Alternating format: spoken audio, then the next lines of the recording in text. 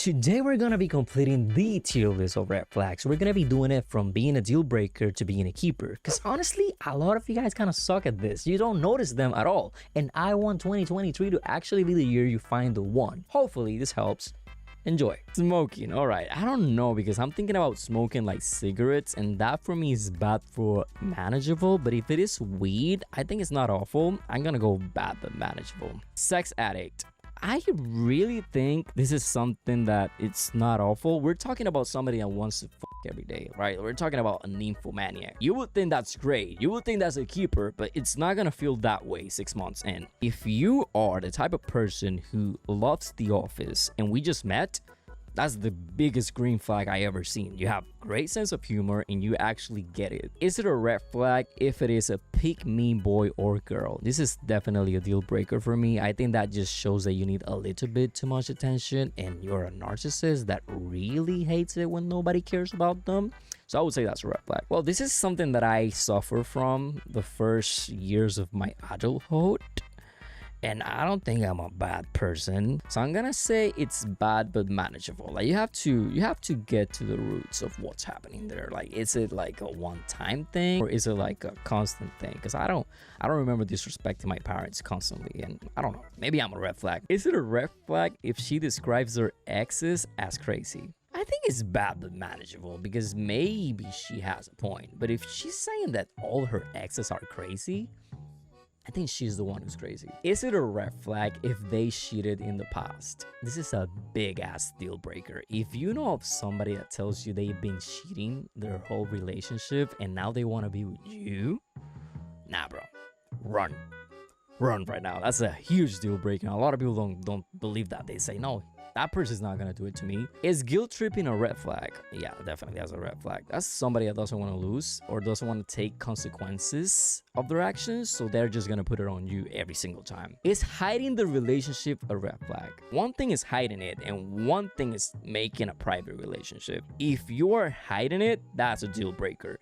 But it isn't a deal breaker if that person just wants to have a private relationship. Is it a red flag if they constantly make you feel dumb? Yeah, this is a deal breaker. Is it a deal breaker if they need to be reassured frequently?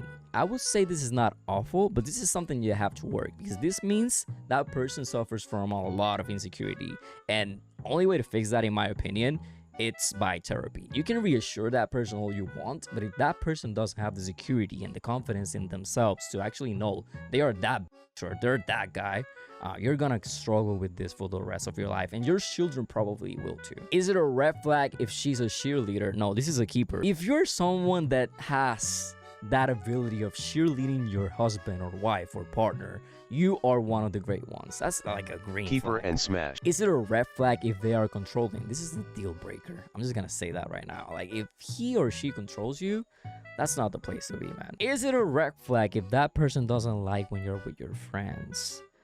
If you're like the type of person that likes to spend more time with your friends than with your SO, I would say that this could be a problem that you have to manage. But if you're the type of person that really only spends time with your SO and then some time with your friends and he has a problem with that, this is a deal breaker. Extremely indecisive.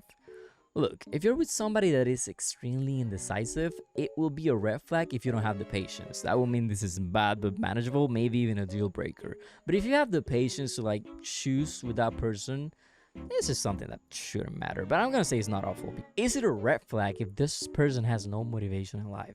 I would say this is bad but manageable because you could be knowing a person that is depressed and they don't find meaning in life because life hasn't been going uphill for a while, you know? So you can manage it, but if it's somebody that really doesn't want to do nothing with their lives ever, it's a deal breaker. Is it a red flag if this person has a very specific coffee order?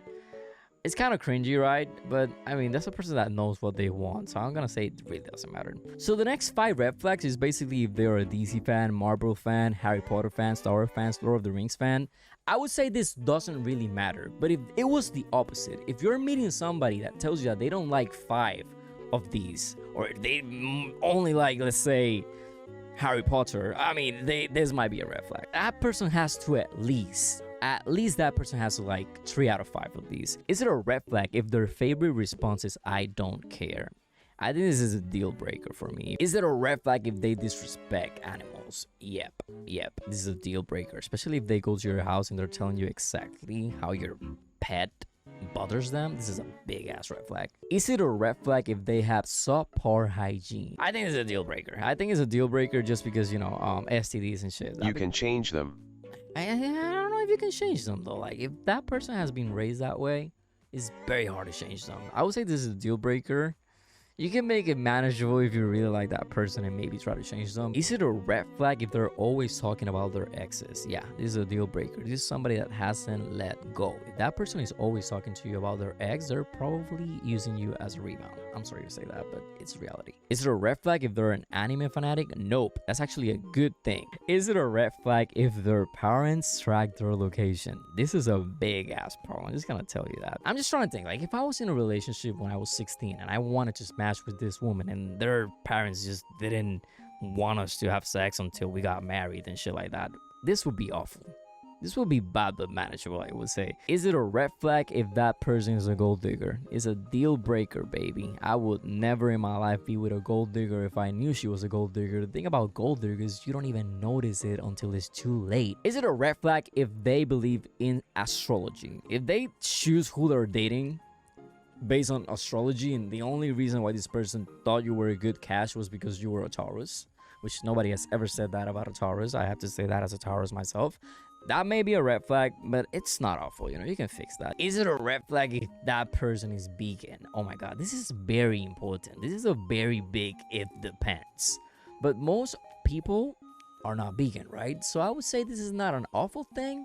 It could be bad but manageable. It's all about the fit. Is it a deal breaker if they do weed? I think this is something that it really depends. Do you smoke weed? Because if you do smoke weed, it may be a good thing. It may be even a keeper.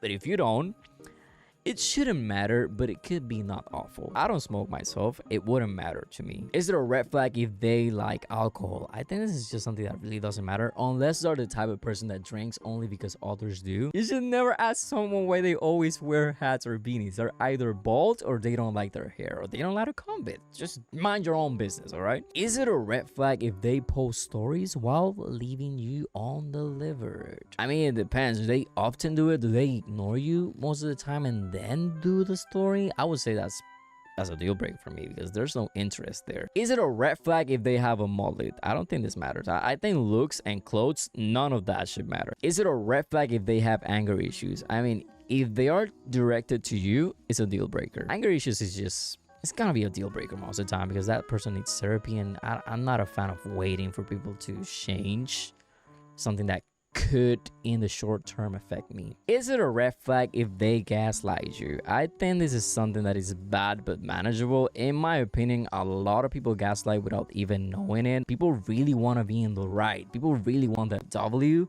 and I think it's bad because in a relationship you really gotta look for the solution, even if part of the solution is you changing. So that's what I would say.